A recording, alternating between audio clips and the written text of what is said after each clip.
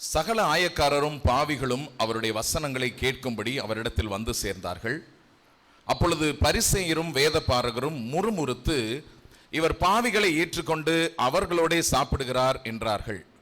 அவர்களுக்கு அவர் சொன்ன உவமையாவது, உங்களில் ஒரு மனுஷன் 100 ஆடுகளை உடையவனாயிருந்து அவைகளில் ஒன்று காணாமல் போனால் 99 ஆடுகளையும் வனாந்தரத்திலே விட்டு காணாமல் போன ஆட்டை கண்டுபிடிக்கும் அளவும் தேடி திரியானோ?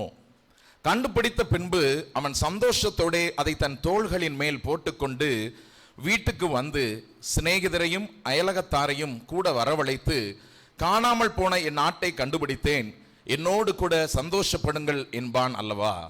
அதுபோல மனம் திரும்ப அவசியம் இல்லாத 99 நீதிமான்களை குறித்து சந்தோஷம் உண்டாகிறதை பார்க்கிலும் மனம் திரும்புகிற ஒரே பாவியின் நிமித்தம் பரலோகத்தில் மிகுந்த சந்தோஷம் உண்டாயிருக்கும் என்று உங்களுக்கு சொல்லுகிறேன் என்பதே. இந்த லூக்கா 15வது அதிகாரத்தில் இந்த முதல் 2 வசனங்களை நம்ம வாசித்த பின்பதாக, அதற்கு பின்பதாக இந்த அதிகாரத்தை முழுவதுமாக வாசித்து பார்த்தோம் சொன்னால், ஒரு 3 உவமைகளை ஆண்டவர் என்ன செய்கிறார், சொல்லிக்கிட்டே வர்றார். எதற்காக இந்த 3 உவமைகளை சொல்லுகிறார் அப்படின்னு சொல்லி நம்ம பார்க்கும் பொழுது, முதல்ல உள்ள 2 வசனங்களும் அதற்கு நம்மளுக்கு பதிலாக இருக்கிறது. சகல ஆயக்காரரும் பாவிகளும் அவருடைய வசனங்களை கேட்கும்படி அவரிடத்தில் வந்து சேர்ந்தார்கள். பாவிகள் மாத்திரம் வரல, சகல ஆயக்காரர்களும் என்ன செய்யறாங்க, தி லீடர்ஸ், சகல ஆயக்காரர்களும் கூட அவரோடு கூட இருக்கிறாங்க. அப்பொழுது பரிசேயரும் வேதபாரகரும் முறுமுறுத்து, அவங்க எல்லாம் கூடி வந்திருக்கிறாங்க. ஆண்டவர் தம்முடைய வார்த்தைகளை அவர்களுக்கு பிரசங்கமாய் அவர்கள் பிரசங்கித்துக் கொண்டிருக்கிறார். அந்த நேரத்தில் அந்த பரிசேயரும் வேதபாரகரும் முறுமுறுக்கிறார்கள். என்ன முறுமுறுக்கிறாங்க? இவர் பாவிகளை ஏற்றுக்கொண்டு அவர்களோடே சாப்பிடுகிறார் என்றார்கள். இவர் பாவிகளை ஏற்றுக்கொண்டு அவர்களோடே சாப்பிடுகிறார் என்று சொல்லி என்ன செய்தாங்க, முறுமுறுத்தாங்க.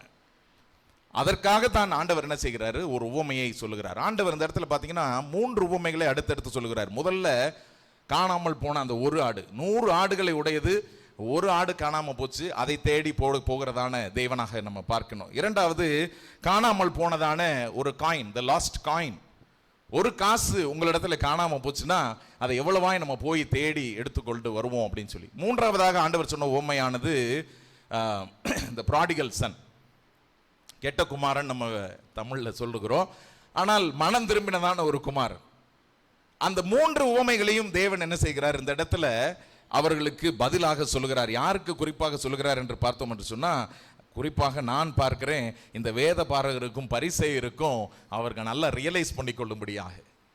சில நேரங்களில் நம்ம ஆண்டவருடைய வார்த்தைகளை குறித்து, தேவனை குறித்து நம்ம வைராக்கியமாக பேசும் பொழுது, நிறைய நேரத்தில் நம்மளுடைய ஃப்ரெண்ட்ஸோடையோ அல்லது மற்றவர்களோட பேசும்போது எங்கேயாவது ஒரு இடத்துல அது ஆர்கியூமெண்ட்டில் போய் என்ன செஞ்சிடும், முடிஞ்சிடும். என்னுடைய ஆண்டவரை பற்றி நீ இப்படி சொல்லிட்ட, என் தேவன் எப்படிப்பட்டவர் அப்படின்னு நம்மளுக்குள்ள இருக்கக்கூடிய அந்த வைராக்கியத்தில், அந்த ஒரு பேஷனில் நம்ம சில நேரங்களில் அது ஒருவேளை ஆர்கியூமெண்ட்டில் போய் முடியலாம். ஆனால் சில நேரங்களில் கோபத்திலையும் கூட, சண்டைகளையும் கூட சில நேரங்களில் முடியலாம். ஆனால் ஆண்டவர் இங்கே ரொம்ப அழகாக என்ன செய்கிறாரு, அவர்களை நேரடியாக என்ன செய்யவே இல்லை, பேசவே இல்லை. அவர்கள் முறுமுறுக்கிறார்கள் என்று வேதத்தில் எழுதப்பட்டிருக்கிறது. அவர்களை நேரடியாக போய் தேவன் என்ன செய்யல, கடிந்து கொள்ளவில்லை. நீங்க ஏன் இப்படி முறுமுறுக்கின்ற வார்த்தைகள் ஆண்டவர் கேட்கல. மாறாக அவர்களுக்கு 3 கதையை சொல்றார். வரிசையா 3 கதைகளை சொல்றார். கேட்கிறதற்கு காதுள்ளவன் கேட்க கடவன் ஆண்டவர் சொல்றபடியே அவர் 3 கதைகளை சொல்லிட்டு, புரிஞ்சதுன்னா நீ புரிஞ்சுக்கோ, தேவனுடைய ராஜ்யம் எப்படிப்பட்டது, தேவன் எப்படிப்பட்டவராக இருக்கிறார் என்பதை ஆண்டவர் இந்த இடத்துல அவர்களுக்கு உதாரணமாக சொல்லுகிறார். 2 காரியங்களை இந்த இடத்துல நான் உங்களிடத்துல ஷேர் பண்ணிட்டு நான் முடிக்க விரும்புகிறேன். ஒரு காரியம் காணாமல் போனதான ஆடு, இன்னொரு காரியம் அதை தேடி போனதான மேய்ப்பர். இந்த மெசேஜ்க்கு டைட்டில் நான் வச்சிருக்கிறது கடைசியா சுருக்கமா, அந்த காணாமல் போன ஆடு திரும்ப வந்ததுனால, தேடி போய் கிடைச்சதுனால தேவன் படுகிறதான சந்தோஷம். இப்போ இன்றைக்கு 3 காரியங்களை நம்ம சுருக்கமாக பார்க்க போகிறோம். இந்த ஆட்டினுடைய இருதயம் எப்படி இருந்தது, இந்த மேய்ப்பனுடைய இருதயம் எப்படி இருந்தது, தேவனுடைய இருதயம் எப்படிப்பட்டதாக இருந்தது. இந்த 3 காரியங்களை பார்த்து நான் முடிக்கலாம். முதலாவதாக இந்த காணாமல் போன ஆடு. நான் இதை வாசிக்கும் பொழுது யோசித்தேன், இந்த ஆடு ஏன் காணாமல் போச்சு? 100 ஆடு இருக்குது இல்லை, எல்லாம் ஒன்றா போயிட்டு தானே இருக்குது. ஆனால் இந்த ஒரு ஆடு மட்டும் ஏன் தனியாக அது பாட்டுக்கு என்ன செஞ்சது, போனது, எதனால அப்படி போனது, எதனால அந்த ஆட்டினுடைய சூழல் என்ன அப்படின்னு நம்ம யோசிச்சு பார்க்கும் பொழுது, சில நேரங்களில் நம்முடைய வாழ்க்கையில தேவனை நாம் கூட சில நேரம் விட்டு விலகி என்ன செய்கிறோம், போகிறோம். ஏதோ ஒரு பெரிய சம்பவத்தினால இனிமே எனக்கும் தேவனுக்கும் எந்த சம்பந்தமும் இல்லை அப்படின்னு ஒரு வைராக்கியமா சண்டை போட்டுட்டுலாம் நம்ம என்ன செய்கிறது இல்லை, போறது இல்லை. சில நேரம் விலகி போறது நமக்கே என்ன செய்யாது, தெரியாது. ரொம்ப சட்டிலா நம்ம விலகி போகிறோம். இந்த காணாமல் போன ஆடும் கூட அப்படித்தான் என்ன செய்திருக்கோம், விலகி போயிருக்கும் என்பதை நான் நம்புகிறேன். ஒரு சின்ன கதையை வாசித்தேன், அதை உங்களோட கூட நான் பகிர்ந்து கொள்கிறேன். ஜோனா என்கிறதான ஒரு சின்ன பையன் இருந்தான். அந்த சின்ன பையன் அவனுடைய கிராமத்தில் இருக்கிற அந்த சபைக்கு அவன் ரெகுலராக போகிறதான பையன். ஒரு 12-13 வயசு இருக்கிறதான சிறுவன். அந்த சபைக்கு எதிர்த்தாப்புல ஒரு பெரிய மரம் இருந்துச்சு. அந்த மரத்துக்கு கீழே ஒரு பெஞ்ச், மரத்தினால் செய்யப்பட்டதான ஒரு பெஞ்ச் இருந்தது. இந்த சபைக்கு அவன் போய் ஒவ்வொரு வாரமும் அந்த கிராமத்தில் இருந்து அவனுடைய சபைக்கு போவான். தன்னுடைய மனசில் இருக்கிற கஷ்டங்கள், தன்னுடைய தேவைகள், தன்னுடைய பிரச்சனைகள் எல்லாத்தையும் ஆண்டவரத்துலையும் சொல்லுவான். அதுக்கப்புறம் மற்ற நாட்களில் எப்பெல்லாம் முடியுமோ அப்போல்லாம் அந்த மரத்துக்கு கீழே இருக்கிற அந்த பெஞ்சிட்ட என்ன செய்வான், அங்கே உட்காந்து அவன் மனசுக்குள்ளே ஆண்டவரை நோக்கி ஜெபிக்கிற ஒரு பையனாக இருந்தான். ஸோ சின்ன வயசில் அவனுடைய அழுகை, அவனுடைய சந்தோஷம், அவனுடைய சவால்கள், அவனுடைய பிரச்சனை எல்லாத்தையுமே அந்த பெஞ்சில் உட்காந்துட்டு ஆண்டவரோடு கூட அவன் பேசி கொண்டிருக்கிறதான ஒரு அனுபவத்தை கொண்ட மனுஷனாக இருந்தான். ஆனால் நாளடைவில் அவன் வளர வளர வளர அவன் அந்த கிராமத்தை விட்டு பட்டணத்திற்கு போக வேண்டியதான சூழல் வந்தது. அவன் படிக்க போனான், அதுக்கப்புறம் வேலைக்கு போனான். பட்டணத்துக்கு போன பின்பதாக இந்த மரமோ அல்லது இந்த பெஞ்சோ அல்லது இந்த சபையோ அவனுக்கு அடிக்கடி வர முடியாத ஒரு சூழல் போச்சு. பட்டணத்துக்கு போனோடனே அவனுடைய லைஃப் ரொம்ப பிஸி ஆயிடுச்சு. வேலை, டார்கெட்ஸு, மந்த் எண்டில் எல்லாம் அச்சீவ் பண்ணணும், ரிப்போர்ட்ஸு, அதே போல் குடும்பம், திருமணமானது, குடும்பம், பிள்ளைகளுடைய காரியங்கள், இதையெல்லாம் பார்க்க அவன் பிஸியாகி அந்த முன்னாடி காலத்தில் பெஞ்சில் உட்காந்து எப்படி ஆண்டவரோடு கூட ஃப்ரீயாக பேசி கொண்டிருந்தானோ அந்த சூழல் ஃபுல்லாகவே அவன் வாழ்க்கையை விட்டே மறந்து போச்சு. வெகு நாட்களுக்கு பின்பதாக திரும்பவும் அவனுடைய கிராமத்தில் அந்த சபையில் ஒரு பெரிய ஃபெஸ்டிவல், ஒரு பெரிய திருவிழா. அந்த திருவிழாவுக்கு அவன் என்ன செய்கிறான், திரும்பவும் ரொம்ப நாள் ஆயிடுச்சு நம்மளுடைய ஊருக்கு போகலாம் அப்படின்னு சொல்லி திரும்பி வரும் பொழுது அவன் அந்த பெஞ்சை பார்த்தான், அந்த மரத்தை பார்த்தான், அந்த சபையை பார்த்தான். தன்னுடைய பழைய காலத்தெல்லாம் யோசித்து பார்த்தான். அந்த பெஞ்சில் போய் உட்கார்ந்த உடனேயே அவனுடைய மனதில் எல்லாம் என்ன செய்ய ஆரம்பிச்சிருச்சு, பழைய நினைவுகள் வர வர வர அவன் கண்ணிலிருந்து கண்ணீர் தாரை தாரையாக வர ஆரம்பித்தது. எப்படி நான் ரொம்ப பிஸியாகி என்னுடைய லைஃப்பில் நான் விலகி போயிட்டேன், எப்படி தேவனோடு கூட என்னுடைய உறவு இந்த பெஞ்சில் எவ்வளவு அருமையாக இருந்துச்சு, இந்த மரத்துக்கு அடியில் என்னோட இருதயத்தெல்லாம் நான் தேவனிடத்தில் ஊற்றினேனே, அவரோடு கூட என்னோடு கூட இருக்கிறத நான் எவ்வளவு ஸ்ட்ராங்காக உணர்ந்தேன், அவர் என்னோடு கூட பேசுறத, நான் அவரோடு கூட பேசுறத, என்னுடைய சந்தோஷத்தை பகிர்ந்து கொள்கிறதுல நான் தேவனோடு கூட எவ்வளவு ஒரு அருமையான ஒரு உறவில் இருந்தேன். இன்றைக்கு இந்த இடத்துல உட்கார்ந்த உடனேயே என்னுடைய பழைய சமாதானம் மீண்டுமாக எனக்குள்ள வருகிறது. அப்போ தேவன் என்னை விட்டு விலகி போகல, நான் தான் என்னுடைய பிஸி ஷெடியூல் ஆண்டவரை விட்டு கொஞ்சமாக என்ன செஞ்சிட்டேன், விலகி போயிட்டேன். நிறைய நேரங்களில் பிரியமானவர்களை நம்முடைய வாழ்க்கையிலும் கூட ஆண்டவர் நம்மை விட்டு ஒருபோதும் விலகுவதில்லை. ஆண்டவர் என்னை கைவிட்டாரு, ஆண்டவர் என்னை கண்டுக்கவே இல்லை, ஆண்டவர் என்னை பார்க்கறதே இல்லை, ஆண்டவர் என்னுடைய தேவைகளை சந்திக்கிறதே இல்லை, தேவன் என்னை மறந்து போயிட்டாரு அப்படின்னு நிறைய நேரங்களில் நம்முடைய வாழ்க்கையின் பிரச்சனைகளினால நம்ம ஆண்டவரை குறை சொல்கிறவர்களாக சில நேரம் நம்ம பலிக்கிறவர்களாக இருக்கிறோம். ஆனால் தேவன் ஒருபோதும் நம்மை விட்டு விலகிறது இல்லை. ஆண்டவர் சொல்லுகிறதான வார்த்தை, நான் உன்னை விட்டு விலகுவதும் இல்லை, உன்னை கைவிடுவதும் இல்லை, உன்னை உள்ளம் கைகளிலே வரைந்திருக்கிறேன், நீ என்னால் மறக்கப்படுவதில்லை, நான் உன்னோடு கூட இருக்கிறேன். ஆண்டவர் சொல்லுகிற ஒவ்வொரு வேத வசனங்களும் எப்பொழுதும் அவர் நம்மோடு கூட நமக்கு துணையாக இருக்கிறதைத்தான் வேத வசனம் நமக்கு சுட்டி காண்பிக்கின்றது. பிரியமானவர்களே, ஏன் இந்த ஆடு விலகி போகிறது? சில நேரங்களில் நம்முடைய வாழ்க்கையிலும் விலகி போறதுக்கு உண்டான சில சூழல்கள் என்னென்ன அப்படிங்கிறத சுருக்கமாக நாம் பார்ப்போம். பொதுவாகவே ஆடு ஒரு முரட்டாட்டம் உள்ள ஒரு பிராணி கிடையாது. ஒரு ஆடு அப்படின்னு சொல்லி பார்த்தோம்னா அது தன்னுடைய மேய்ப்பனை போய் சண்டை போடுறதான ஒரு ஆடு கிடையாது. மேய்ப்பன் அப்படின்னு தட்டினா உடனடியாக அது என்ன செய்யக்கூடிய ஆடு, அது உடனடியாக கீழ்ப்படியக்கூடியதான ஆடு, மேய்ப்பனை ஃபாலோ பண்ணி வரக்கூடியதான ஆடு. மற்ற மிருகங்களைப் போல எதிர்த்து நின்று சண்டை போடக்கூடியதான ஒரு ஆடு கிடையாது. அந்த ஆடு பொதுவாக அது ஏன் அப்படி விலகி போகிறது அப்படின்னு சொன்னால், சில நேரங்களில் அது எதையோ தேடி அதனுடைய புல்லை தேடி அல்லது உணவை தேடி தண்ணீரை தேடி இந்த கூட்டத்தை மறந்து அது பாட்டுக்கு என்ன செய்யுது, வேற வழியாக திரும்பி போய்விடுகிறது. நம்முடைய வாழ்க்கையிலும் கூட சில நேரங்களில் விசுவாசிகளாக இருக்கிற நாமும் கூட சில நேரம் விலகி போகிறோம். இந்த வாசித்ததான இந்த பகுதி ஒருவேளை ஒரு சுவிசேஷ கூட்டத்திற்கு காணாமல் போனதான ஆடு, உலகத்தில் இருக்கிறதான தேவனை அறியாத ஜனங்களுக்கு அடிக்கடி நம்ம இதை ஒப்பிட்டு ஒருவேளை நம்ம இதை வாசித்திருக்கலாம். ஆனால் இன்றைக்கு தேவன் நம்மோடு கூட பேசுகிறதான காரியம், அவருடைய பிள்ளைகளாக இருக்கிற அவருடைய மந்தைகளில் இருக்கிற நாமும் கூட சில நேரம் அந்த 100 ஆடுகள்ல இருந்து விலகி போகிற அந்த ஒரு ஆடாக நாமும் கூட என்ன செய்கிறோம், நம்முடைய வாழ்க்கையில் இருக்கிறோம். அப்படி போகிறதுக்கு உண்டான காரணங்கள் என்ன? சில முக்கியமான 5 காரணங்களை நான் உங்களிடத்தில் வைக்க விரும்புகிறேன். ஒன்று, பர்சனல் பெயின் ஆர் சஃபரிங், தனிப்பட்டதான வேதனை அல்லது கஷ்டம். இந்த தனிப்பட்ட வேதனையும் கஷ்டமும் ஒரு மனுஷனை ரொம்ப ஆளுகை செய்யும் பொழுது, ஜெபித்து பார்க்கிறோம், ஒன்றும் பதில் வர மாட்டேங்குது. ஆண்டவரை தேடுகிறோம், ஒன்றும் முகாந்தரமா காண்பிக்கிற மாதிரி வர்ற மாதிரி ஒன்றும் தெரியல.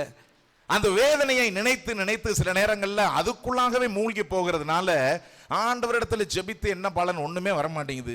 ஆண்டவரிடத்துல, ஏன்னா நம்ம எக்ஸ்பெக்ட் பண்ற அதே ஸ்பீட்ல ஆண்டவரும் என்ன செய்யணும், பதில் சொல்லணும் அப்படிங்கிறத நம்ம எதிர்பார்க்கின்றோம்.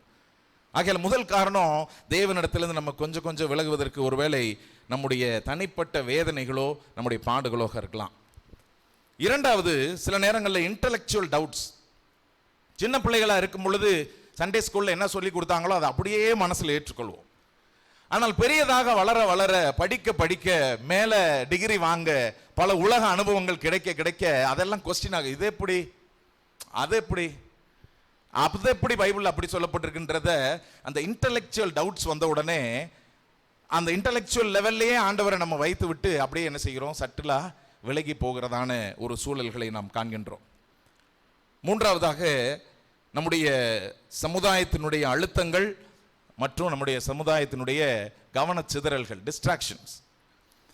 இந்த உலகம் நம்மிடத்தில் எதிர்பார்க்கிறது, இந்த நபர் சக்சஸ்ஃபுல்லா இருக்கிறாரா, இந்த நபர் தன்னுடைய வாழ்க்கையில் ஒரு வெற்றியுள்ள வாழ்க்கை வாழ்கிறாரா, இந்த நபர் நல்லா படிக்கிறாரா, அடுத்து நல்ல ஒரு வேலைக்கு போறாரா, அவருடைய குடும்பம் நல்லா இருக்கா, அவருடைய பின்னணி நல்லா இருக்கா, நல்லா சம்பாதிக்கிறாரா. நம்ம இடத்துல இந்த உலகம் எதிர்பார்க்கிறது எப்பொழுதுமே ஒரு நல்ல ஒரு பாசிட்டிவான ஒரு ஆட்டிடியூட் மாத்திரமே எதிர்பார்த்துட்டு இருக்கு. அதனாலதான் அநேக நேரத்தில் நம்ம இந்த உலகத்திற்கு முன்பதாக ஒரு வேஷத்தை தரித்தவர்களாகவும் நம்ம காணப்படுகிறோம். சில நேரங்களில் நம்மளுக்குள்ளாக நம்முடைய நமக்கு பின்பதாக நம்முடைய உள்ளத்திற்குள்ளாக அநேக கவலைகளும் போராட்டங்களும் இருந்தாலும் கூட வெளியில் எதையும் என்ன செய்ய மாட்டோம், காமிச்சுக்க மாட்டோம். I am fine, everything is fine, எல்லாம் நல்லா இருக்கு. இந்த உலகத்தின் அழுத்தங்களினால உள்ளுக்குள்ள வெளிப்புறமாக நம்ம ஒருவேளை எல்லாம் நேர்த்தியா இருக்கிறது போல காணப்பட்டாலும் உள்ளுக்குள்ளாக நம்முடைய இருதயத்திற்குள்ளாக ஆழத்துல நம்முடைய கவலைகளும் நம்முடைய பாடுகளும் இந்த உலகத்தினுடைய டிஸ்ட்ராக்ஷன்ஸும் நம்மை விட்டு, ஆண்டவரை விட்டு மெதுவாக விலகி செல்கிறதான ஒரு சூழல்களை போல நம்ம விளக்க காணப்படுகிறோம். நான்காவது, கில்ட் ஆர் ஷேம். ஒரு தவறு பண்ணிட்டோம், ஒரு தப்பு பண்ணிட்டோம், நிச்சயமா ஆண்டவருக்குள்ளாக இருக்கிற இருதயம் அது குற்ற உணர்வு என்ன செய்யும், நமக்குள்ளாக கொண்டு வரும். ஆனால் தேவன் அப்படியே நம்மளை விடுகிறதான தேவன் அல்ல. அந்த குற்ற உணர்வுகளிலிருந்து நம்மளை விடுதலை செய்யும்படியாக தேவன் விரும்புகிறார். ஆண்டவரிடத்தில் அறிக்கை செய்யும் பொழுது, ஒருவன் தன் பாவங்களை அறிக்கை செய்து அதை விட்டுவிடும் பொழுது ஆண்டவருடைய இரக்கத்தை பெற்றுக்கொள்கிறான் என்று வேதத்தில் வாசிக்கிறோம். ஆனால் அந்த வசனங்கள் நம்மை அதிகமாக ஆளுகை செய்யாம, ஒருவேளை நம்மளே அந்த கில்ட்ல இருந்து வெளியில வந்தாலும் கூட நம்மை சுற்றிலும் இருக்கிறதான சூழல்கள், குடும்பத்தினர்கள், சமுதாயம் திரும்ப அந்த பாவத்தை நம்மளை சொல்லி காண்பிக்கும் பொழுது அதிலிருந்து முற்றிலுமாய் விடுபடுகிறது மிகவும் சிரமமான ஒரு காரியமாக இருக்கும். இந்த சேலம்ல அப்சர்வேஷன் ஹோம்னு ஒன்று இருக்கு, கோர்ட்டுக்குள்ள. அதுல 18 வயதிற்கு கீழே இருக்கக்கூடிய இளைஞர்கள் ஏதாவது குற்றச் செயல்களில் ஈடுபட்டாங்கனால, ஒரு திருட்டுலையோ ஒரு அடிதடியிலையோ அல்லது ஏதாவது ஒரு கொலை சம்பவத்திலேயோ கூட தெரியாமல் அவங்க ஈடுபட்டாங்கன்னு சொன்னால் அவங்களுக்கு போலீஸில் எஃப்ஐஆர் போகிற லெவலில் அவங்களுடைய பிரச்சனைகள் இருக்குது அப்படின்னு சொன்னால் அந்த சிறுவர்களை இந்த அப்சர்வேஷன் ஹோமில் ஒரு குறிப்பிட்ட காலத்துக்கு வைத்து அவங்கள சீர்திருத்துறதுக்கு, திரும்பவும் அவங்க நார்மலான லைஃபுக்கு போகிறதுக்கு அரசாங்கம் ஒரு வகையை ஏற்படுத்தி வைத்திருக்கிறது. இதில் சில நேரங்களில் பார்த்தீங்கன்னா 13 வயசு 12 வயசு பசங்கள்லாம் அங்கே இருப்பாங்க. 13 வயசு 12 வயசு இதெல்லாம் அங்கே உள்ள எதனால் வர்றாங்க அப்படின்னு கேட்டிங்கன்னா, மேபி ஃப்ரெண்ட்ஸோட சேர்ந்து என்ன பண்ணியிருப்பான், ஏதாவது மொபைலில் திருடியிருப்பான், இல்லை மொபைல் திருடினவனுக்கு கூட என்ன செஞ்சுருப்பான், போயிருப்பான், இல்லை ஊரில் ரெண்டு சமூகத்தினரிடையே ஒரு கலவரம் நடக்குது அப்படின்னா, இந்த வலிமையாக இருக்கிறதான ஒரு சமூகம் என்ன பண்ணும், இந்த சமூகத்தை எப்படியாவது அழிக்கணுன்றதுக்கு இருக்கிற எல்லா சின்ன பசங்க ஜென்ஸ் யார் இருக்காங்களோ எல்லார் பேரையும் கொடுத்து வச்சுருவாங்க. எஃப்ஐஆரில் அவங்க பேரெல்லாம் கொடுத்து வச்சுருவாங்க. அவன் இங்கே உள்ள வந்து ஜூலி என்னுடைய மனைவி அங்கே கவுன்சிலிங்க்கு ஒரு 3 ஆண்டுகள் மேலே போனாங்க. அப்போ இடையில நானும் அந்த அப்சர்வேஷன் ஹோமில் போய் பார்க்கும்பொழுது சில நேரங்களில் அந்த சின்ன பசங்க நான் எதுக்கு இங்கே வந்திருக்கிறேன்னே என்ன செய்யாது அவனுக்கு தெரியாமல் அழுவான். நான் எப்படியாவது இந்த இடத்த விட்டு வெளியில் போகணும், என்னால் இங்கே இருக்க முடியல அப்படின்ட்டு அழுவான். யோசிச்சு பாருங்க, நம்ம வீட்டில் இருக்கிற ஒரு 12-13 வயசுக்குள்ள திடீர்னு ஒரு இப்படிப்பட்டதான ஒரு காவலில் வைக்கிற மாதிரி, அது ஒரு குட்டி ஜெயில் தான், ஒரு ஜெயிலில் வைக்கிற மாதிரி ஒரு சூழல். அப்படி வைக்கும் பொழுது அவன் அங்கே படுற வேதனை மாத்திரமில்லை, அவன் ஒரு மாதமோ 2 மாதமோ அவனுக்கு அந்த பெயில் கிடைச்சி அவனை திரும்ப ரிலீஸ் பண்ணி இந்த போலீஸ் ப்ரொசீஜர் கோர்ட் ப்ரொசீஜர்லாம் முடிச்சு அவன் வீட்டுக்கு போன பிறகு அதுக்கப்புறம் தான் அவனுக்கு மிகப்பெரிய கஷ்டமே. அந்த சமுதாயம் என்ன செய்யாது, அவனை அக்செப்ட் பண்ணாது. ஜெயிலுக்கு போயிட்டு வந்தவன் அவன் மொபைல் திருடி இருக்கலாம், சம்டைம்ஸ் ஏதாவது கொலை குற்றங்களில் இருக்கும் பொழுது பக்கத்தில் இருந்தவனா இருக்கலாம், அல்லது தவறாக பலி சுமத்தப்பட்டிருக்கலாம். அவன் மீண்டுமா வாழ்கிறதற்கு அந்த சமுதாயமோ அந்த குடும்பமோ அந்த உறவினர்களோ அவனுடைய பள்ளிக்கூடமோ, திரும்ப ஸ்கூலுக்கு போக முடியாது, அந்த பள்ளிக்கூடமோ அவங்களுக்கு ஏற்ற ஒரு சூழல்களை என்ன செய்கிறது இல்லை, ஏற்படுத்தி கொடுக்கறது இல்லை. ஏனென்று சொன்னால் அவன் பண்ணின குற்றத்தையே திரும்ப திரும்ப திரும்ப திரும்ப சொல்லி அவன் அந்த ஊரில் என்ன செய்ய முடியாது, இருக்க முடியாது, அவனுடைய குடும்பத்தில் வளரவே முடியாது. ஸோ நிறைய பசங்க இந்த மாதிரி குடும்பத்தில் இருக்க முடியாது வளர முடியாதுன்றவங்களெல்லாம் பார்த்தீங்கன்னா திருப்பூரில் ஒரு ஹோம் இருக்குது, டான் பாஸ்கோ ஒரு ஹோம் நடத்துகிறாங்க. அந்த ஹோமில் கொண்டு போய் என்ன செஞ்சுருவாங்க, போட்டுருவாங்க. அந்த ஹோமில் வளருவாங்க. ஆனால் குடும்பத்தை மறந்து சமுதாயத்தை மறந்து, இந்த சமுதாயம் நமக்கு திருந்துறதுக்கு, நம்ம திருந்தி வரணும்னாலும் சமுதாயத்தில் திருந்துறதுக்கு நம்மளுக்கு ஒரு வாய்ப்பை கொடுக்கறது இல்லையே என்று சொல்லி அந்த வேதனைகளில் இதே காரியம் சில நேரங்களில் சபைக்குள்ளாக நம்முடைய சகோதரர்களுக்குள்ளாக சகோதரிகளுக்குள்ளாகவும் நாம் காணப்படுகிறோம். யாராவது ஒரு குற்றங்களில் மாட்டிட்டாங்க, ஏதோ ஒரு அவமானத்தை சந்திச்சிட்டாங்க, ஒரு தவறை செய்து விட்டாங்கன்னு சொன்னால் தேவன் மன்னிக்கிறதுக்கு ஆயத்தமாக இருக்கிறார், ஆனால் நாம மன்னிக்கிறதுக்கு ஆயத்தமாக இல்லை.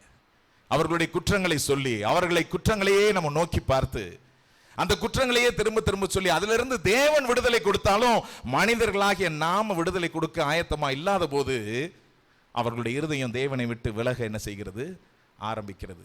தேவனை விட்டு விலகுவதற்குண்டான காரணங்களைத்தான் இந்த ஆடு தேவனுடைய பிரசன்னத்தை விட்டு விலகி செல்கிறது என்ற காரணங்களை நான் சொல்லிக் கொண்டிருக்கிறேன். எப்பொழுதும் அது பார்த்தீங்கன்னா it's a gradual drift, not rebellion. ரொம்ப எதிர்த்து நான் இனிமே ஆண்டவரோட கூட இருக்க மாட்டேன், நான் இனிமே உறவை வைக்க மாட்டேன் அப்படின்லாம் போகிறது கிடையாது. It's a gradual drift. அதனால தான் ஆண்டவருடைய வேதவசனம் சொல்ல, நொறுக்கப்பட்டவர்களுக்கு மனம் கசந்தவர்களுக்கு தேவன் சொல்கிறார், நான் ரொம்ப க்ளோஸாக என்ன செய்கிறேன், இருக்கிறேன். If you are broken hearted, I am very very close with you. இந்த மாதிரி இல்லங்களில் நம்ம பார்க்கும் பொழுது, குற்ற சுமத்தப்பட்ட இல்லங்களுக்கெல்லாம் போகும் பொழுது அங்கே நம்ம தேவனுடைய அன்பையெல்லாம் சொல்லும் பொழுது இம்மீடியட்டாக ரிசீவ் பண்ணுகிறதுக்கு ரெடியாக இருப்பான். ஏன்னு சொன்னால் அங்கே அன்பே இல்லாமல் அவனை ஒன்லி கண்டிஷன் வந்து அவன் என்னது, பனிஷ்மெண்ட், நீ பண்ண குற்றத்திற்கு இதுதான் பனிஷ்மெண்ட் அப்படின்னு சொல்லி அந்த பனிஷ்மெண்ட்ல இருக்கிறனால அங்கே அவன் தேவனுடைய இரக்கத்தையும் அன்பையும் அவர்கள் ருசிக்கும் பொழுது தேவனை அப்படியே முழுவதுமா அந்த அன்பை என்ன செய்து கொள்கிறாங்க, ஏற்றுக்கொள்கிறாங்க. நம்முடைய வாழ்க்கையில் நம்ம நிறைய நேரங்களில் டிஃப்ட் ஆகி போகிறது காரணம் நம்பிக்கை இல்லாத தன்மை கிடையாது, தேவனோடு கூட இருக்கிற அந்த டிஸ்கனெக்ஷன், ஆண்டவரோடு கூட இருக்கிற அந்த கனெக்ஷனை நம்ம விட்டு கொஞ்சம் கொஞ்சமாக விலகி போகிறதுக்கு உண்டான வாய்ப்புகள் இருக்கிறது. ஆனால் கிருபையுள்ள தேவன் நம்மோடு கூட இருக்கிறார். ஹல்லேலூயா. கிருபையுள்ள தேவன் நம்மோடு கூட இருக்கிறார். அவர் சொன்ன உவமையில் பாருங்க, உங்களில் ஒரு மனுஷன் 100 ஆடுகளை உடையவனா இருந்து அவைகளில் ஒன்று காணாமல் போனால் 99 ஆடுகளையும் வனாந்தரத்தில் விட்டு காணாமல் போன ஆட்டை கண்டுபிடிக்கும் அளவும் தேடி திரியானோ. நம்முடைய தேவன் இரக்கம் உள்ளவர். அவர் இந்த நீதிமான்களாய் இருக்கிற அந்த 99 ஆடுகளையும் அவர் நேசிக்கிறார். ஆனால் காணாமல் போன அந்த ஒரு ஆட்டின் மீது தேவனுடைய இருதயம், அந்த மேய்ப்பனுடைய இருதயம் மிகவும் அதிக அன்புள்ளதா இருக்கிறது. ஆகையால் அந்த வசனம் சொல்லப்படுகிறது, காணாமல் போன ஆட்டை கண்டுபிடிக்கிற வரைக்கும், அந்த ஆடு எப்படியாவது மீண்டும் அந்த மந்தையிலே சேருகிற வரைக்கும் தேடி திரியானோ. அப்ப இரண்டாவது இந்த இடத்துல நம்ம பார்க்கிறது, ஒரு மேய்ப்பனுடைய இருதயம் எப்படிப்பட்டதா இருக்கிறது. இந்த மேய்ப்பனுடைய இருதயம், ரைட், எனக்கு 99 ஆடு இருக்கு, ஒரு ஆடு தானே போய் தொலைது, இனிமே போனா போயிட்டு போகுது அப்படின்னு விடக்கூடியதான மனநிலையில அவர் இல்லை. அந்த ஒரு ஆட்டை கண்டுபிடிக்கும் அளவும் தேடிக்கொண்டே இருக்கிறார். எங்கே போச்சு, எங்கே போச்சு, எங்கே போச்சு? இந்த இடத்துல நான் ஒரு சங்கீதத்தை மாத்திரம் நான் வாசிக்க விரும்புகிறேன். எதற்காக தேவன் அப்படி காணாமல் போன ஆட்டை தேடுகிறதான தேவனாக இருக்கிறார்? எதற்காக தேவன் அப்படி ஒரு மேய்ப்பனை இந்த இடத்துல உதாரணமாய் சொல்லி பார்க்கிறார் என்று பார்க்கும் பொழுது எனக்கு ஆண்டவர் உணர்த்தினதான சங்கீதம் 23. நம்ம எல்லாருக்கும் ரொம்ப பலட்சியமான ஒரு சங்கீதம். கர்த்தர் என் மேய்ப்பராய் இருக்கிறார். கர்த்தர் என் மேய்ப்பராய் இருக்கிறார். என் வாழ்க்கையில நான் எங்க விலகி போனாலும், என் வாழ்க்கையில நான் எந்த தவறுகளில் நான் விழுந்தாலும், அறிந்தோ அறியாமலோ நான் என்ன குற்றங்கள் செய்திருந்தாலும், கர்த்தர் என்னுடைய மேய்ப்பராய் இருக்கிறார். காணாமல் போன என்னுடைய இந்த ஒரு ஆட்டை அவர் தேடி கண்டுபிடிக்கும் அளவும் அவர் தேடிக்கொண்டே இருப்பார். அவர் என்னுடைய மேய்ப்பராய் இருக்கிறார். அதுதான் என்னுடைய மேய்ப்பர். அவர் என்னை ஒருபோதும் கைவிடுகிறதான தேவன் அல்ல. நான் எவ்வளவு தூரம் அவரை விட்டு விலகி சென்றாலும் அவ்வளவு தூரமும் வந்து அவர் என்னை மீண்டுமாய் அவருடைய மந்தைக்குள் சேர்க்க பிரியமாய் இருக்கிறதான அந்த தேவ மேய்ப்பன். கர்த்தர் என் மேய்ப்பராய் இருக்கிறார். நான் தாழ்ச்சி அடையேன், நான் ஒருபோதும் தாழ்ச்சி அடையேன். வேற ஒன்றும் எனக்கு வேண்டாம். The Lord is enough for me. அவர் மாத்திரம் போதும். அவரை மாத்திரம் நான் நோக்கி கூப்பிட்டால் போதும். நம்ம சில பாடல்கள், அருமையான பாடல்களை பிரதர் நம்ம ஆராதனை நடத்தும் போது பார்த்தோம். வறண்ட நிலத்தில் நீரூற்றை கொண்டு வருகிறதே தான தேவன், எனக்கு குறித்ததை நிறைவேற்றி முடிக்கிறதான தேவன். அப்போ தேவன் உங்களுக்கும் எனக்கும் என்று சொல்லி ஒரு தரிசனத்தை, ஒரு நோக்கத்தை வைத்துதான் இந்த உலகத்திலே நம்மை கொண்டு வந்திருக்கிறார். ஆகையால் அவருடைய திட்டம், அவருடைய நோக்கம் நிறைவேறும் மட்டும் அவர் நம்மை தேடி திரிகிறதான தேவன். அவர் நம்மை கைவிடாத தேவன். அவர் நம்ம எவ்வளவு விலகி போனாலும் அது என்னுடைய ஆட்டுக்குட்டி, நான் தேடி கண்டுபிடிச்சு என்னுடைய நோக்கத்தை நிறைவேற்றும் வழக்கம். அதை நான் கைவிடுவதில்லை. அதை நான் மீண்டுமாய் உருவாக்குவேன். அதை மீண்டும் மன்னிப்பேன். அதை நான் மீண்டும் உயர்த்துவேன். அதை மீண்டும் கனப்படுத்துவேன். என் கர்த்தர் செய்ய நினைத்தது தடைப்படாது என்கிறதான அந்த இருதயத்தோடு கூட இந்த மேய்ப்பன் இருக்கிறார். அவர் என்னை புல்லுள்ள இடங்களில் மேய்த்து அமர்ந்த தண்ணீர்கள் அண்டையில் என்னை கொண்டு போய் விடுகிறார். அவர் என்னை தேற்றுகிறதான தேவன். அவர் என்னுடைய ப்ரொவிஷன். அவர் என்னை எல்லாவற்றிலும் பார்த்து கொள்வார். அவர் என் ஆத்துமாவை மீண்டுமாய் தேற்றுகிறார். தம்முடைய நாமத்து நிமித்தம் என்னை நீதியின் பாதைகளில் மீண்டும் நடத்துகிறார். நான் மரண இருளின் பள்ளத்தாக்கில் நடந்தாலும் பொல்லாப்புக்கு பயப்படேன். தேவரீர் என்னோட கூட இருக்கிறீர். உமது கோலும் உமது தடியும் என்னை தேற்றும். சில நேரங்களில் இந்த காணாமல் போன ஆடு, ஒரு முறையெல்லாம் நான் பார்த்தேன். ஒரு சில நேரம் நீங்கள் வீடியோலையும் அதெல்லாம் சில நேரங்களில் பார்த்துருப்பீங்க. இப்படி செங்குத்தாக இருக்கிற மலை மாதிரி இருக்கும். அங்கங்கே சில கால் வைக்கிறக்கு இடம் இருக்கும். அந்த இடத்துலலாம் இந்த ஆடுகள் போய் என்ன செய்யும், சில நேரங்களில் அங்கே நிற்கும். நான் நேரடியாக ஒரு தடவை பார்க்கும் பொழுது இந்த மலையை உடைச்சி இந்த என்ன சொல்கிறது, இந்த கிராவல் கல்லெல்லாம் எடுக்கிறதுக்காக மலையை உடைச்சி எடுத்துருப்பாங்க. அங்கே நிறைய தண்ணீர்லாம் நிரம்பி இருக்கும். அங்கே இந்த ஆடு மேய்க்க வரும்பொழுது இந்த ஆடுகள் எல்லாம் அங்கங்கே ஓடிக்கிட்டே இருக்காடு. சில ஆடுகளை நான் பார்த்துருக்கேன், அந்த தண்ணியில் விழுகிற மாதிரியே இருக்கும். நம்மளுக்கு பயமாக இருக்கும். அந்த கல்லில் அப்படியே நின்று பார்த்துட்டே இருக்கும். ஆனால் அது ஒரு பெரிய கான்ஃபிடென்ட்டோடு இருக்கும். நான் எப்படியும் திரும்ப என்ன செஞ்சிருவேன், போயிடுவேன் நினைக்குதா, இல்லை என்னுடைய மேய்ப்பர் எப்படி என்ன செஞ்சுக்குவார், தூக்கி எடுத்துக்குமா நினைக்குமா என்னமோ தெரியல. இந்த வசனத்தை வாசிக்கும் பொழுது, நான் மரண இருளின் பள்ளத்தாக்கிலே நடந்தாலும், நான் மரண இருளின் பள்ளத்தாக்கிலே நடந்தாலும் பொல்லாப்புக்கு பயப்படேன். ஏனென்றால் என்னுடைய மேய்ப்பர் என்னை தேடி வந்து மீட்கிறதான மேய்ப்பர். என்னுடைய மேய்ப்பர் என்னை ஒருபோதும் கைவிடாத தேவன். தேவரீர் என்னோட கூட இருக்கிறீர். உமது கோலும் உமது தடியும் என்னை தேற்றும். என் சத்துருக்களுக்கு முன்பதாக நீர் எனக்கு ஒரு பந்தியை ஆயத்தப்படுத்தி என் தலையை எண்ணெயால் அபிஷேகம் பண்ணுகிறீர். என் பாத்திரம் நிரம்பி வழிகிறது. என் ஜீவனுள்ள நாளெல்லாம் நன்மையும் கிருபையும் என்னை தொடரும். நான் கர்த்தருடைய வீட்டிலே நீடித்த நாட்களாய் நிலைத்திருப்பேன். என் ஜீவனுள்ள நாளெல்லாம் நன்மையும் கிருபையும் கொண்டு வர செய்கிறதான என்னுடைய மேய்ப்பர் என்னோடு கூட இருக்கிறார். அந்த மேய்ப்பர் காணாமல் போன என்னை, அந்த ஆட்டை தேடி கண்டுபிடிக்கும் அளவும் அவர் தேடி திரிந்து கொண்டிருக்கிற தேவனாக இருக்கிறார். அப்போ இந்த மேய்ப்பனுடைய இருதயம் எப்படிப்பட்டதாக இருக்கிறது? நம்ம தேடி கண்டுபிடிக்கும் அளவும் அவர் நம்மோடு கூட இருக்கிறதான தேவன். லூக்கா 19வது அதிகாரம் 10வது வசனத்தில் நம்ம பார்க்கிறோம், இழந்து போனதை தேடவும் ரட்சிக்கவுமே மனுஷகுமாரன் வந்திருக்கிறார். இழந்து போனதை தேடவும் ரட்சிக்கவுமே மனுஷகுமாரன் வந்திருக்கிறார். இயேசு கிறிஸ்து இந்த உலகத்திற்குள்ளாக அந்த பரத்தை விட்டு இறங்கி வருகிறதற்கான காரணம், இழந்து போன தம்முடைய ஆடுகளை மீண்டுமாக தேடி கண்டுபிடிக்கும்படியாக இயேசு கிறிஸ்து பரத்திலிருந்து இறங்கி வந்தார் என்பதை நம்ம பார்க்கின்றோம். 2 பேதுரு 3வது அதிகாரம் 9வது வசனத்தில் இப்படியாய் வாசிக்கிறோம், ஒருவரும் கெட்டு போகாமல், ஒருவரும் கெட்டு போகாமல் எல்லாரும் மனம் திரும்ப வேண்டும் என்று விரும்பி நம்மேல் நீடிய பொறுமையுள்ளவராக இருக்கிறார். ஒருவரும் கெட்டு போகாமல் எல்லாரும் மனம் திரும்ப வேண்டும் என்று. So God's desire is that everyone need to be saved. எல்லாரும் மனம் திரும்ப வேண்டும். இந்த உலகத்தில் உள்ள ஒவ்வொருவரும், அவரோடு கூட இருக்கிற ஒவ்வொருவரும். தேவன் இதை எப்படி ப்ரூவ் பண்ணுகிறாரு? நாம் பாவிகளா இருக்கையில் கிறிஸ்து நமக்கு மரித்ததினாலே தேவன் நம்மேல் வைத்த தமது அன்பை விளங்க பண்ணுகிறார். வழி விலகி போனதான ஆடுதான், அது பாவத்தினால வழி விலகி போன ஆடாகத்தான் இருக்கலாம். தன்னுடைய ஒரு தவறினாலே, குற்றத்தினாலே தேவனை விட்டு விலகி சென்ற ஆடுதான்.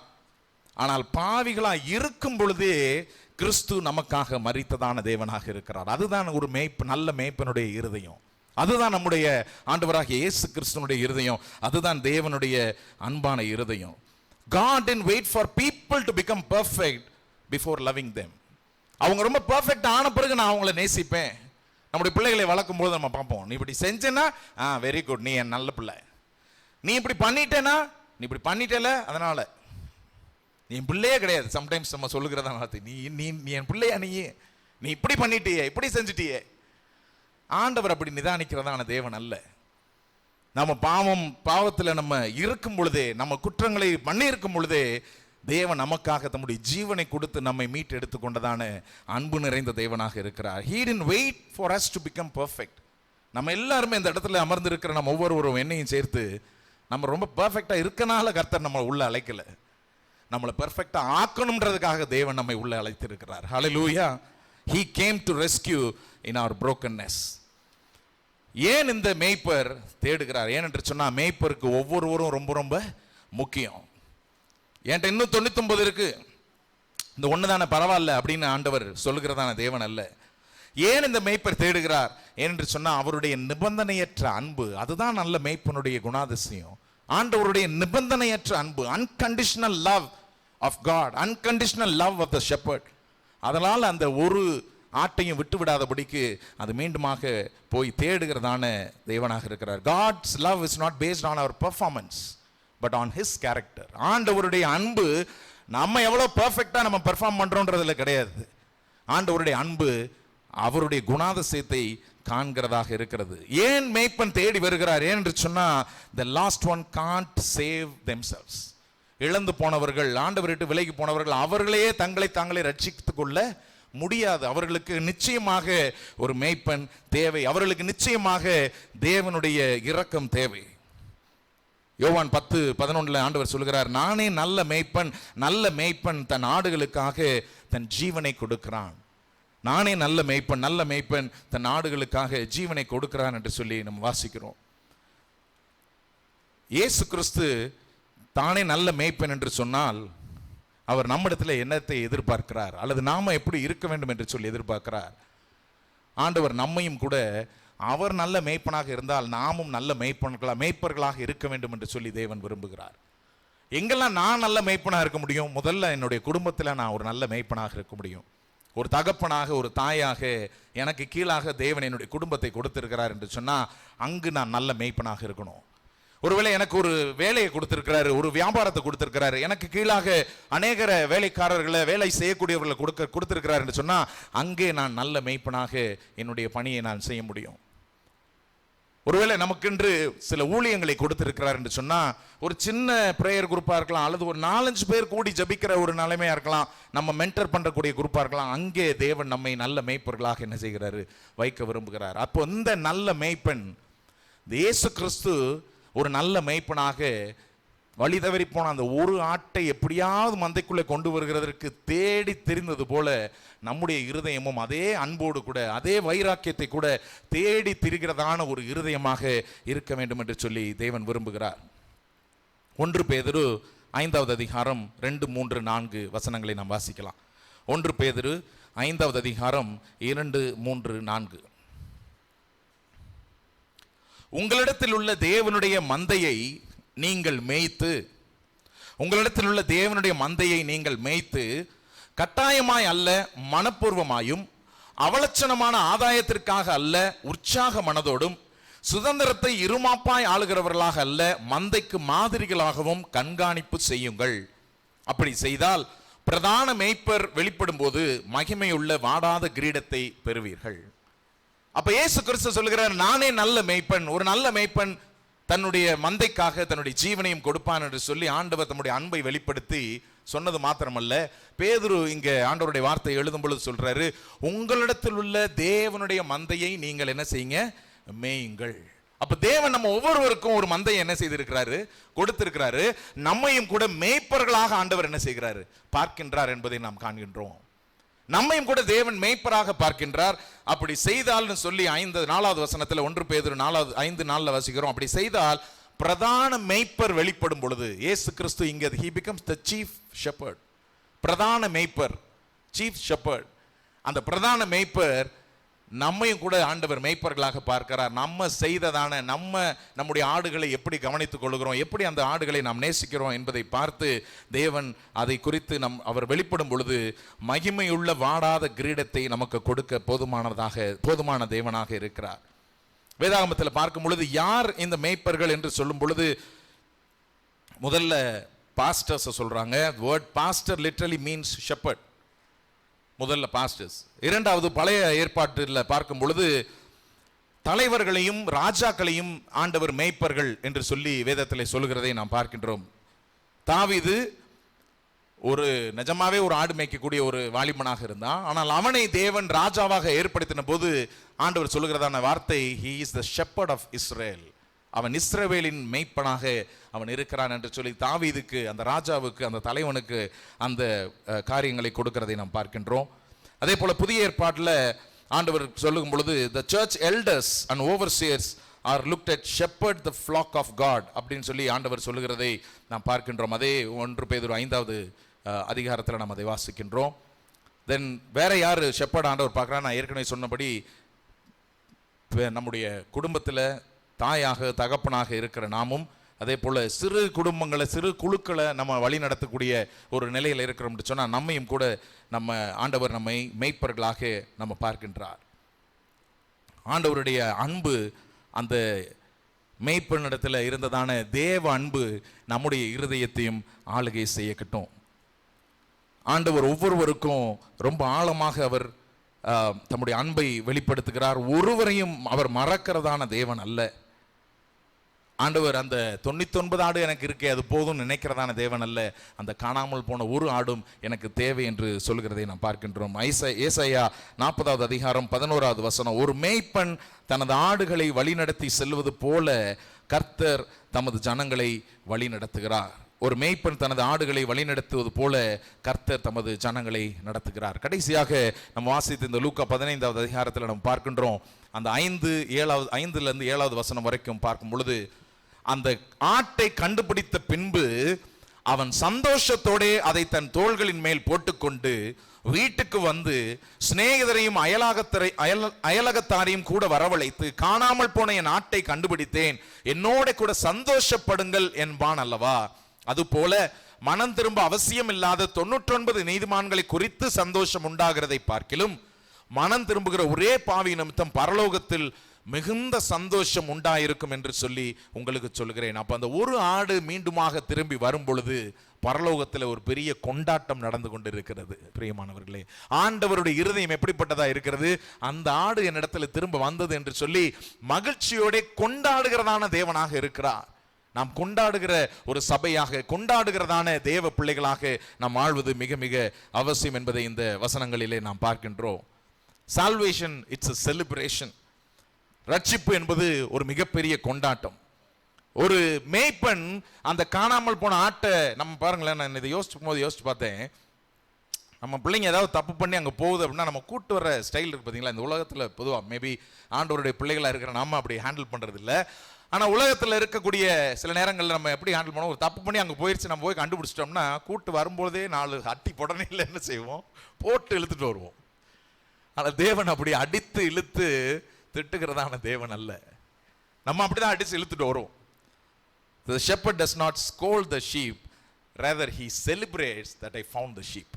நான் அந்த ஆட்டை கண்டுபிடித்தேன் என்று சொல்லி கொண்டாடுகிறதான ஒரு தேவனுடைய அன்பை அந்த மேய்ப்பனிடத்திலே பார்க்கின்றோம். இந்த வசனத்துல பார்க்கும் பொழுது, கண்டுபிடித்த பின்பு அவன் சந்தோஷத்தோட அதை தன் தோள்களின் மேல் போட்டுக்கொண்டு. பாவியா ஒருத்தன் போனான், அவன் மனம் திரும்புறான், அவனை தான் மீண்டும் எடுத்துக்கொண்டேன். இப்போ சந்தோஷத்தோட அவனை தோளின் மேல போட்டுக்கொண்டு, சந்தோஷத்தோட தோளின் மீது போட்டுக்கொண்டுனா ஆண்டவர் எவ்வளவாக மன மகிழ்ச்சியா அந்த மேய்ப்பன் இருக்கிறார். அப்ப தேவனுடைய இருதயம் எப்படியா இருக்கிறது? ஒருத்தன் திரும்ப வர்றான் அப்படின்னு சொன்னோடனே அதை குறித்து மிகுந்த சந்தோஷத்தை கொண்டாடுகிறதான பரலோகத்தில் மிகுந்த சந்தோஷம் உண்டாயிருக்கும் என்று இந்த வேதத்தில் நம்ம வாசிக்கும் பொழுது நம்ம பார்க்கின்றோம். ஆண்டவர் எதுல ரொம்ப சந்தோஷப்படுகிறார் அப்படின்னு சொன்னா, not on our achievements, not on the rule keeping, but on repentance.